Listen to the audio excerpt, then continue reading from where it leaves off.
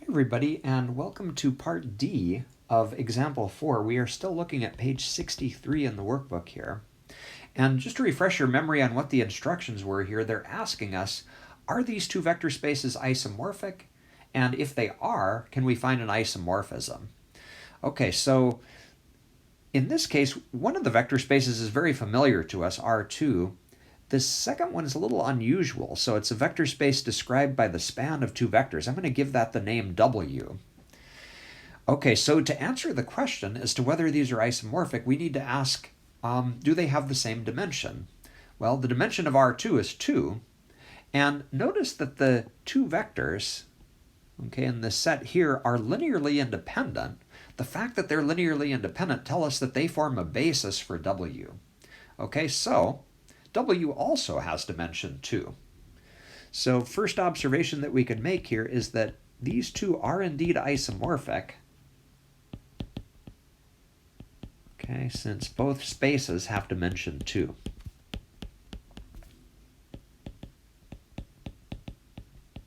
All right, and so the second part of the question then is to find an isomorphism between these two vector spaces. Okay, now finding an isomorphism here is not quite as straightforward as it was for some of the exercises before it. Okay, so what we're going to do is to kind of fall back on the same general strategy that we used in example 3, back on page 62.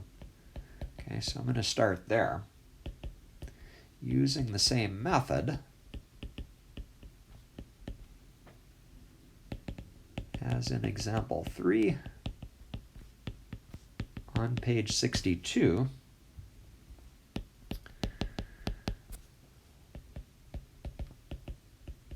Okay, we know that there exists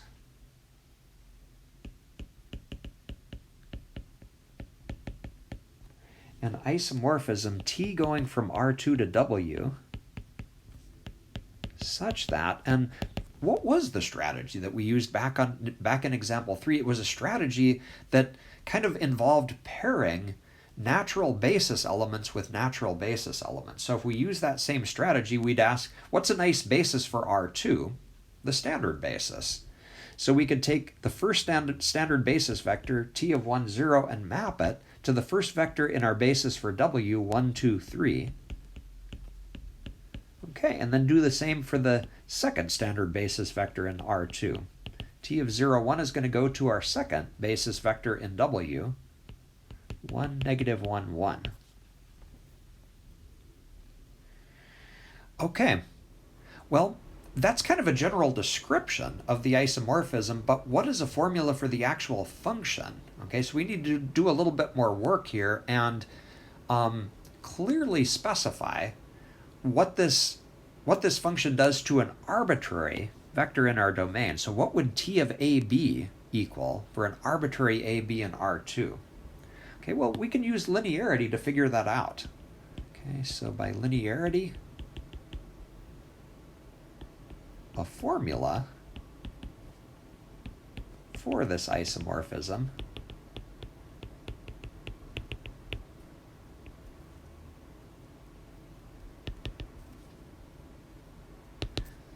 is, okay, T of AB.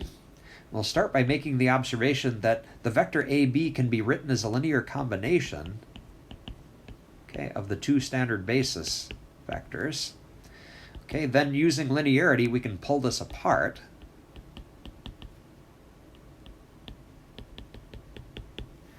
And now use the fact that we know what these two vectors are. T of 1, 0 is sitting right up here. That's 1, 2, 3.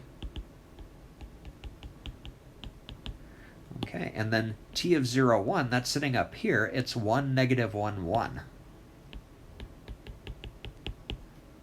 All right, and what's left is just to do the arithmetic, multiply the a and b through, and combine that into 1, 3 tuple, and we get a plus b, 2a minus b, and 3a plus b, and there's our answer.